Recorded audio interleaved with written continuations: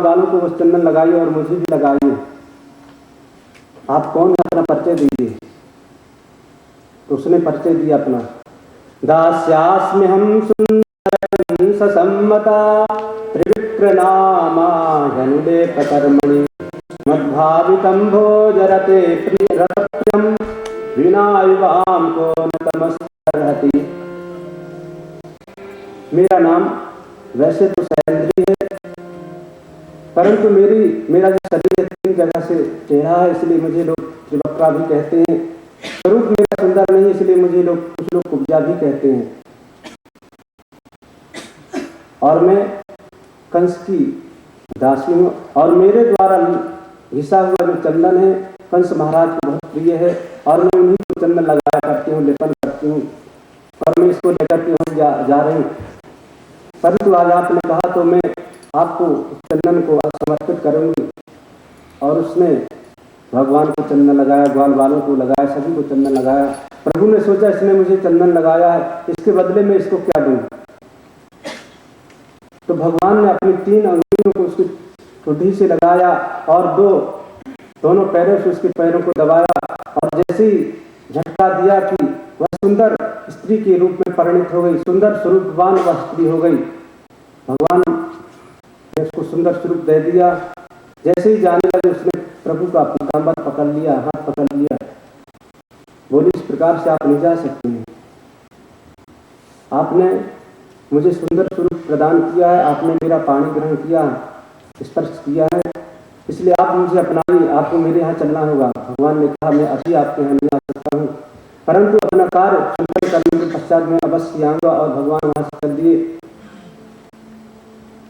धनुष यज्ञ का मार्ग पूछा, लोगों ने बता दिया। वहां धनुष यज्ञ जहाँ होना था वहां पहुंच गए। बड़े वीर वहां सुरक्षा में लगे हुए, तो भगवान ने जाकर के उन सब का वध कर दिया और उस धनुष को भी तोड़ दिया। उस धनुष के टुकड़ों से सभी को मार करके भगा दिया। जाकर के कंस को बताया।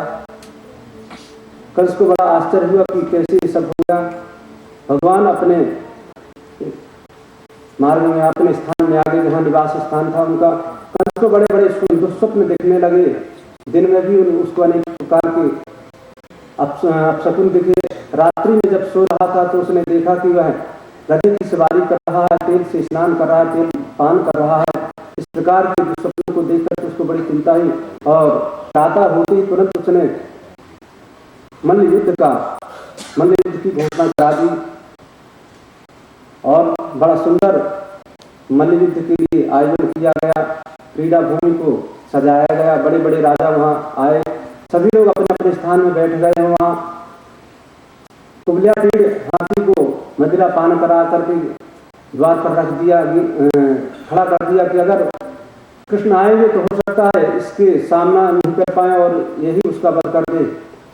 भगवान आए और उस कुबल्यापीड़ हाथी का भी कल्याण कर दिया। सुखदेव स्वामी वर्णन कर रहे हैं कि किस प्रकार से प्रभु उस क्रीड़ा भूमि में प्रवेश कर रहे हैं, उनकी सुंदरता कैसी है।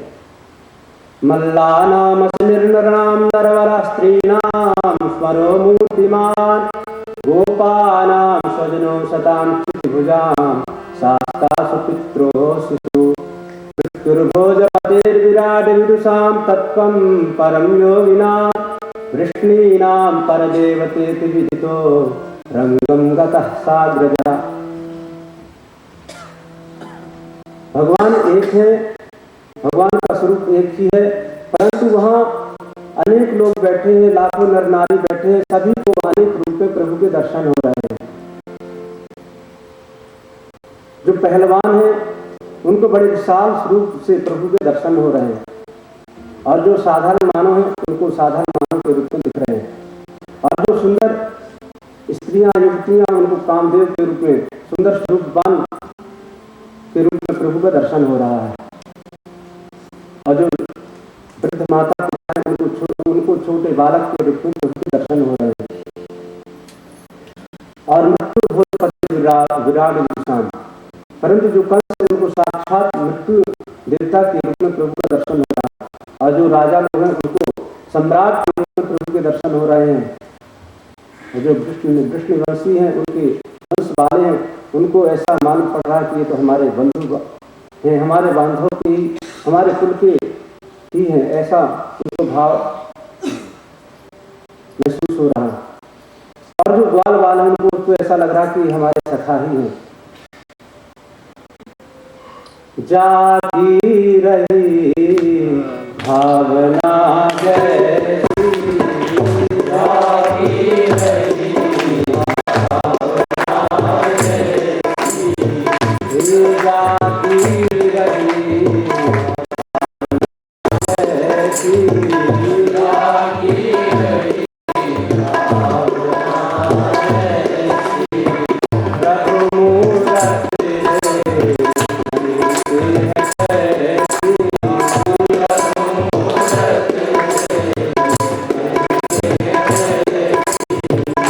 प्रभु मूरत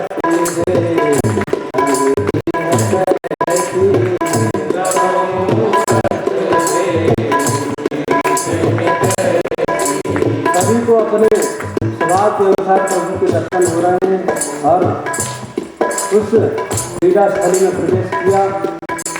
चाणूर और मुश्किल आदि बड़े बड़े पहलवान सब कौशल कूट आदि हैं, सभी वहाँ उपस्थित हैं। जैसे ही देखा चाणूर ने कृष्ण का हाथ पकड़ लिया और युद्ध भूमि उनको खींचने लगे। वहाँ जो बैठे हैं नर नारी सभी को ये बड़ा आश्चर्य हुआ कि ये कैसा युद्ध हो रहा है। छोटे छोटे बालकों के साथ बड़े बड़े पहलवानों को लड़ाया जा रहा है, तो बड़ा अनर्थ हो रहा है। चाणूर ने कहा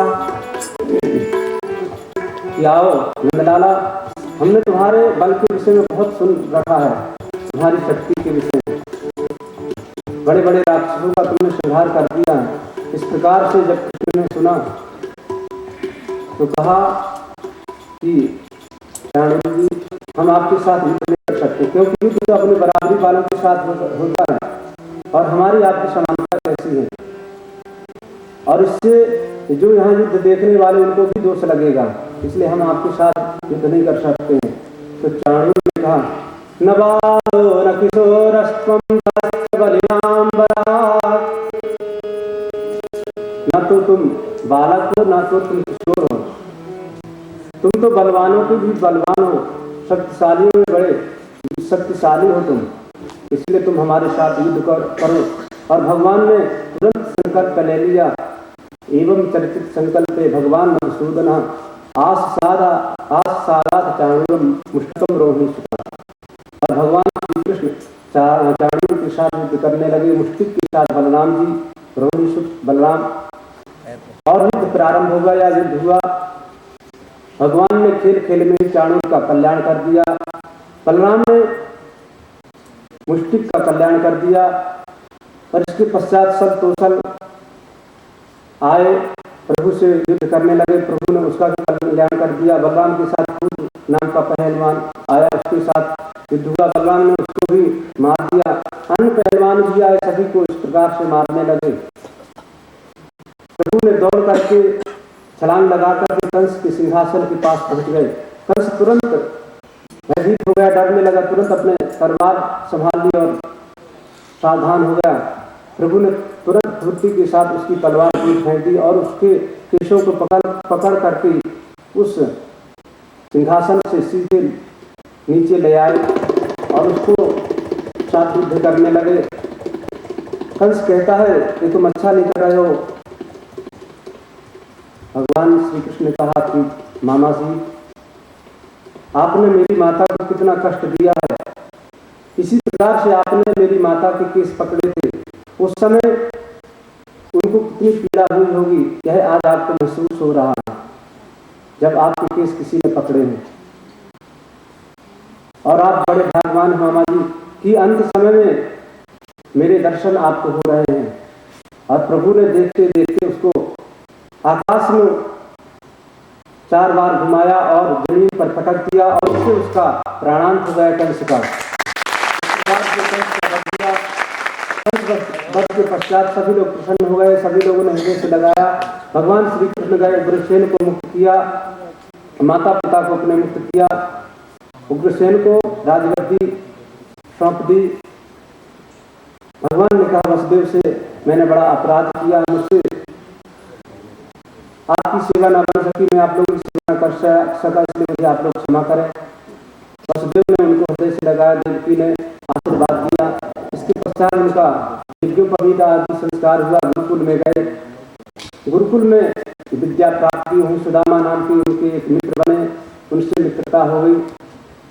और जब गुरुकुल से चलने लगे तो गुरु दक्षिणा के रूप में गुरु माता से आदेश दिया, और गुरु माता ने कहा, मेरे एक पुत्र था, उसको आप अगर ला सकते हैं तो वही सबसे बड़ी गुरु दक्षिणा होगी। और भगवान श्री कृष्ण गुरुपुत्र को ला करके उनको प्रदान किया, और वहां से मथुरा में आ जाते हैं।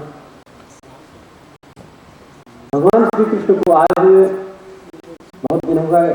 सुखदेव जी कहते हैं, राजन कि श्री कृष्ण का मन बिल्कुल भी नहीं लग रहा मथुरा में, और उनको रह रह करके याद आ रही है ब्रजवासियों की। बृहस्पति के शिष्य हैं। वसुदेव के एक भाई थे, देवभाग नाम था, उनके पुत्र हैं उद्धव जी। कृष्णीनाम प्रवरो मंत्री कृष्णस्य दयिता सतः शिष्यो बृहस्पते साक्षात् उद्धव बुद्धि सत्तमा। उद्धव आए, उद्धव ने देखा कि श्री कृष्ण बहुत उदास बैठे हुए हैं। कारण पूछा तो भगवान ने बताया कि मुझे आज बहुत अपने ब्रजवासियों की याद आ रही, मुझे अपने बाल सखाओं की सबकी याद आ रही, माता पिता की, नंद बाबा की, यशोदा मैया की याद आ रही है। इसलिए उद्धव मैं चाहता हूँ कि आप वहाँ जाकर के मेरा संदेश लेकर के जाइए और मेरा संदेश उनको सुनाइए। उद्धव ने कहा, अगर आपकी ऐसी आज्ञा है तो मैं जाऊँगा। और उनकी आज्ञा लेकर के वहाँ से प्रस्थान किए। सुखदेव जी कहते हैं कि राजन, जैसे ही उद्धव उस ब्रज की भूमि में प्रवेश किए तो उनको एक अलग प्रकार का ही अनुभव होने लगा। उद्धव उग्रसेन को राजगद्दी सौंप दी। भगवान ने कहा वसुदेव से, मैंने बड़ा अपराध किया, मुझसे आपकी सेवा न बन सकी, मैं आप लोगों की सेवा न कर सका, इसलिए मुझे आप लोग क्षमा करें। वसुदेव ने उनको हृदय से लगाया, देवकी ने आशीर्वाद दिया। इसके पश्चात उनका यज्ञोपवीत आदि संस्कार हुआ। गुरुकुल में गए, गुरुकुल में विद्या प्राप्त की। वहीं सुदामा नाम के उनके एक मित्र बने, उनसे मित्रता हो गई। और जब गुरुकुल से चलने लगे तो गुरु दक्षिणा के रूप में गुरु माता से आदेश दिया, और गुरु माता ने कहा, मेरे एक पुत्र था, उसको आप अगर ला सकते हैं तो वही सबसे बड़ी गुरु दक्षिणा होगी। और भगवान श्री कृष्ण गुरुपुत्र को ला करके उनको प्रदान किया, और वहां से मथुरा में आ जाते हैं पुनः। भगवान श्री कृष्ण को आए हुए बहुत दिन हो गए। सुखदेव जी कहते हैं, राजन कि श्री कृष्ण का मन बिल्कुल भी नहीं लग रहा मथुरा में, और उनको रह रह करके याद आ रही है ब्रजवासियों की। बृहस्पति के शिष्य हैं। वसुदेव के एक भाई थे, देवभाग नाम था, उनके पुत्र हैं उद्धव जी। कृष्णीनाम प्रवरो मंत्री कृष्णस्य दयिता सतः शिष्यो बृहस्पते साक्षात् उद्धव बुद्धि सत्तमा। उद्धव आए, उद्धव ने देखा कि श्री कृष्ण बहुत उदास बैठे हुए हैं। कारण पूछा तो भगवान ने बताया कि मुझे आज बहुत अपने ब्रजवासियों की याद आ रही, मुझे अपने बाल सखाओं की सबकी याद आ रही, माता पिता की, नंद बाबा की, यशोदा मैया की याद आ रही है। इसलिए उद्धव मैं चाहता हूँ कि आप वहाँ जाकर के मेरा संदेश लेकर के जाइए और मेरा संदेश उनको सुनाइए। उद्धव ने कहा, अगर आपकी ऐसी आज्ञा है तो मैं जाऊँगा। और उद्धव उनकी आज्ञा लेकर के वहाँ से प्रस्थान किए। सुखदेव जी कहते हैं कि राजन, जैसे ही उद्धव उस ब्रज की भूमि में प्रवेश किए तो उनको एक अलग प्रकार का अनुभव होने लगा। उद्धव में ज्ञान तो अधिक था, परंतु थोड़ा प्रेम या भक्ति में थोड़ा उनकी कमी थी। प्रभु ने इसी लीला के लिए प्रभु उद्धव को इस लीला के माध्यम से अवगत कराना चाहते थे, उनको उपदेश देना चाहते थे, तो इसीलिए उद्धव को वहां से भेजा। उद्धव जैसे ही आए, ग्वाल वालों ने देखा, दूर से उन्होंने देखा कि तो हमारे श्री कृष्ण का रथ आ रहा, हमारे कन्हैया का रथ आ रहा है। तुरंत दौड़ करके आए और जैसे ही देखा इसमें तो कन्हैया है नहीं। उद्धव जी ने नीचे उतरे, समाचार पूछा सबसे उद्धव जी ने पूछा कि मैं नंदरानी के यहाँ जाना चाहता हूँ, यशोदा से मिलना चाहता हूँ और नंद बाबा से मिलना चाहता हूँ। उनसे बताया कि आप लोगों को कन्हैया बहुत याद करते हैं। उन्होंने कहा कि वाह, कन्हैया को आज इतने वर्षों के पश्चात याद आई है और स्वयं न आकर के अपने मित्र को भेजा है। परंतु कोई बात नहीं है। उद्धव ने मार्ग पूछा तो उन बालकों ने बड़ा सुंदर जवाब दिया। कहा कि उद्धव जी, ये जो जल दिख रहा है ना आपको, ये कोई साधारण कोई नहर का जल नहीं है, किसी नदी का जल नहीं है। यहाँ ब्रजवासी हैं, यहाँ के जो हजारों नर नारी हैं, कृष्ण के विरह में वो दिन भर रोते हैं। हजारों गाय, हजारों बछड़े, हजारों ग्वाल बाल, ये सब कृष्ण के विरह में रोते हैं। नंदरानी, यशोदा, नंद बाबा, किशोरी, श्री राधिका जी, इन सब के रुदन से जो आंसू बहे हैं वही इस सरोवर के इस नदी के रूप में परिणत हो गए हैं। और वो इस नदी की सीधे धारा में आप जाइए और जहाँ इसका अंत हो जाए समझ लीजिए वही नंदरानी का महल है। और उद्धव जी बड़े आश्चर्य में पड़ गए उद्धव जी उस समय, और वहां से चल दिए। जैसे ही देखते हैं यशोदा जी को, देखा यशोदा जी बैठी उदास, प्रणाम किया यशोदा जी को। नंद बाबा ने देखा कि उद्धव आए हैं, उनका स्वागत किया। सभी लोग बैठ गए। स्वागत करने के पश्चात समाचार पूछा। नंदरानी तो अनेक प्रकार की लीलाओं का वर्णन करने लगी, गोविंद की कैसे कैसे उन्होंने बाल लीलाएं की। इन सब को करने के पश्चात उद्धव ने कहा कि मैं गोपियों से मुलाकात करना चाहता हूँ, क्योंकि श्री कृष्ण का ऐसा आदेश है, उनका संदेश है, उनको संदेश देना चाहता हूँ। प्रातः हुआ, उद्धव जी उनके संदेश को लेकर के जाने लगे। इधर बड़ी विचित्र स्थिति है गोपियों की। जब से श्री कृष्ण ने ब्रज को त्यागा है तब से उन्होंने, गोपियों ने अपने घर के कार्यों को भी त्याग दिया है, अपने घर के कार्यों को भी करती हैं, श्रृंगार आदि छोड़ दिया है और साध्वी स्वरूप उन्होंने बना लिया है। सदा परमात्मा का चिंतन करती रहती हैं। सभा लगी है, किशोरी राधिका भी वहीं बैठी हैं। सभी लोग अपने अपना मत सुना रहे हैं।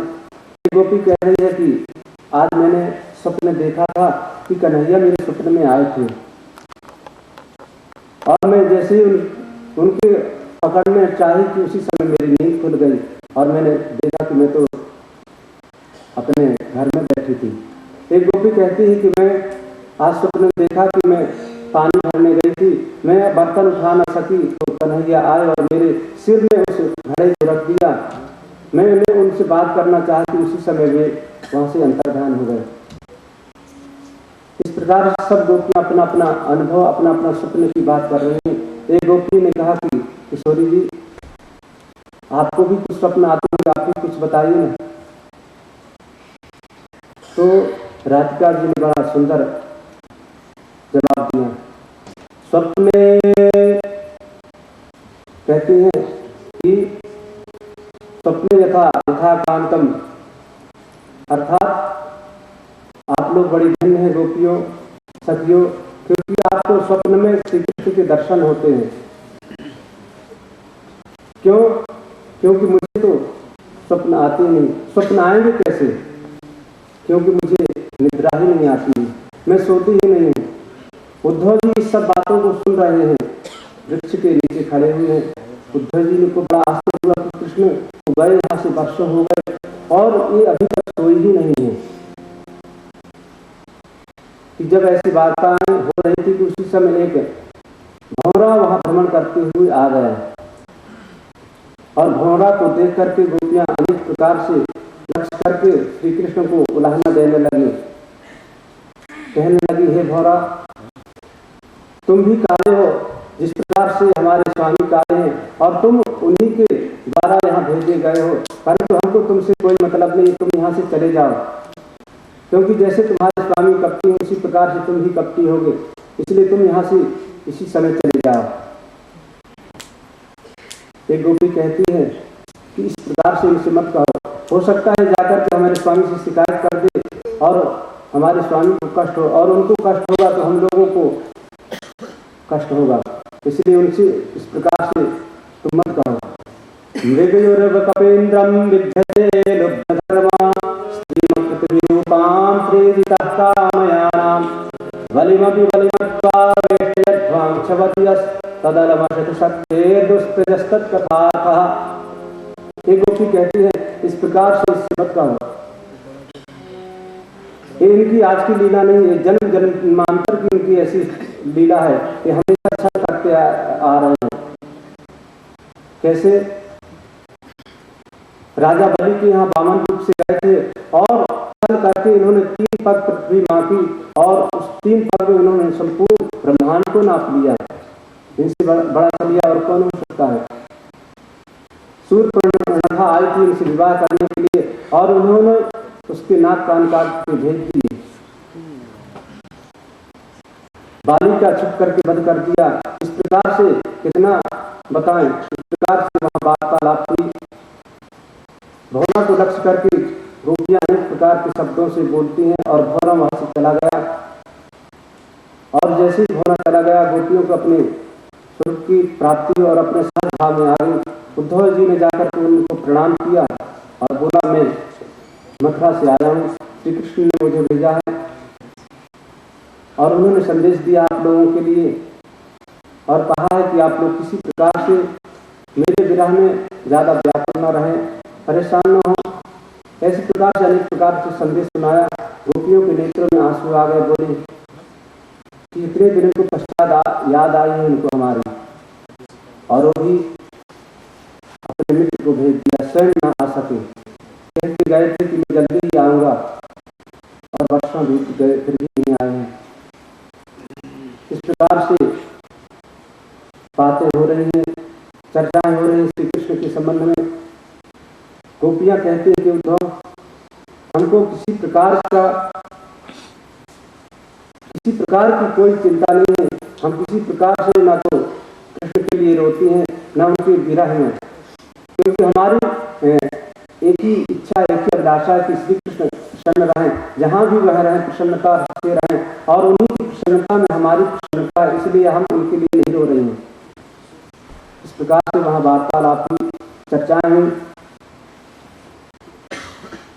उद्धव जी ने कहा कि आप जिसके लिए इतने चिंतित हो रहे हैं वो कोई साधारण पुरुष नहीं, वो साक्षात परब्रह्म परमात्मा है, इसलिए उनके विषय में आप सोचना छोड़ दीजिए और अपने कार्यों को कीजिए, क्योंकि वो निर्गुण निर्विकार हैं। इस प्रकार से जब गोपियों ने सुना तो गोपियों ने सुंदर जवाब दिया। बोले उद्धव तुम कह रहे हो कि वो निर्गुण निर्विकार हैं, हम उनका चिंतन न करें, उनको अपने मन से निकाल दें, परंतु उद्धव हमारा मन एक है और उस मन में हमने श्री कृष्ण को पूर्व से ही बैठा लिया है।